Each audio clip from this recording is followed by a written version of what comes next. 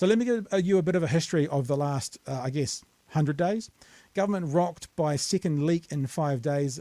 Ministers suspend analysis of repeal proposals.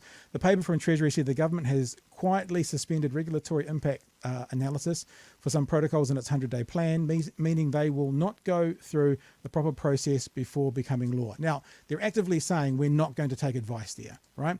Remember this clip as well? This clip was the government was ignoring advice on fair pay agreements. You remember that? But there's been a major leak about those plans. Newsup has obtained a cabinet paper and advice from Treasury. Does that worry you? Again, I'm not aware of that, so I can't. But does that worry you that you've been in power a week and confidential papers are leaking? Again, I'm not going to get into that, given I don't know anything about it. The two papers reveal the Workplace Relations Minister Brooke Van Velden is ignoring official advice. Treasury told the minister women, young people, Māori and Pacific people could have disproportionately benefited from fair pay agreements. But Van Velden told Cabinet that she did not believe a blunt tool like FPAs would have been successful. We just don't believe that FPAs are actually good to actually creating good business environment and therefore good long-term certainty for employees. So, ignoring advice, ignoring advice, ignoring advice.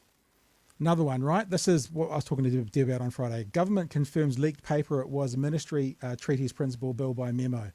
Part of the paper, One News reported it had a full copy of the leaked report, which it said warned the proposal key points were at odds with the Treaty of Waitangi. Actually says, quoting from the report, the bill was also will also change the nature of the principles from reflecting a relationship akin to partnership between Crown and Māori to reflecting the relationship the Crown has with all citizens of New Zealand. So again, ignoring advice. And this is the thing, this might be a bit of a long way to get to my final point. So this government is setting up a reality that they're going to continue to ignore advice. I think we can all agree with that. However, when they were in opposition, they wanted to make sure that the then government didn't ignore advice. So this is a press release from the National Party, 8th of July 2021, where they say it has become a worrying trend for Labour to ignore official advice.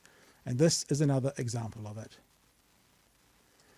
They thought it was an issue for Labour to ignore advice, whilst they are ignoring advice.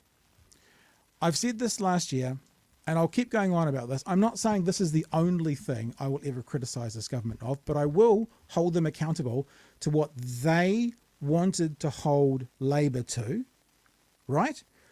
So I'm going to hold them accountable to the level of scrutiny they put on Labour, and we're going to hold them accountable to their own promises. I'm not saying that'll be the only thing. There might be much more we hold them accountable to. But those two things, what they promised, right, what they've put out there, and what they asked of Labour. They asked of Labour very, very clearly and warned Labour not to ignore official advice. It has become a worrying trend for Labour to ignore official advice, and this is another example of it, whilst they are spending all of their time ignoring official advice.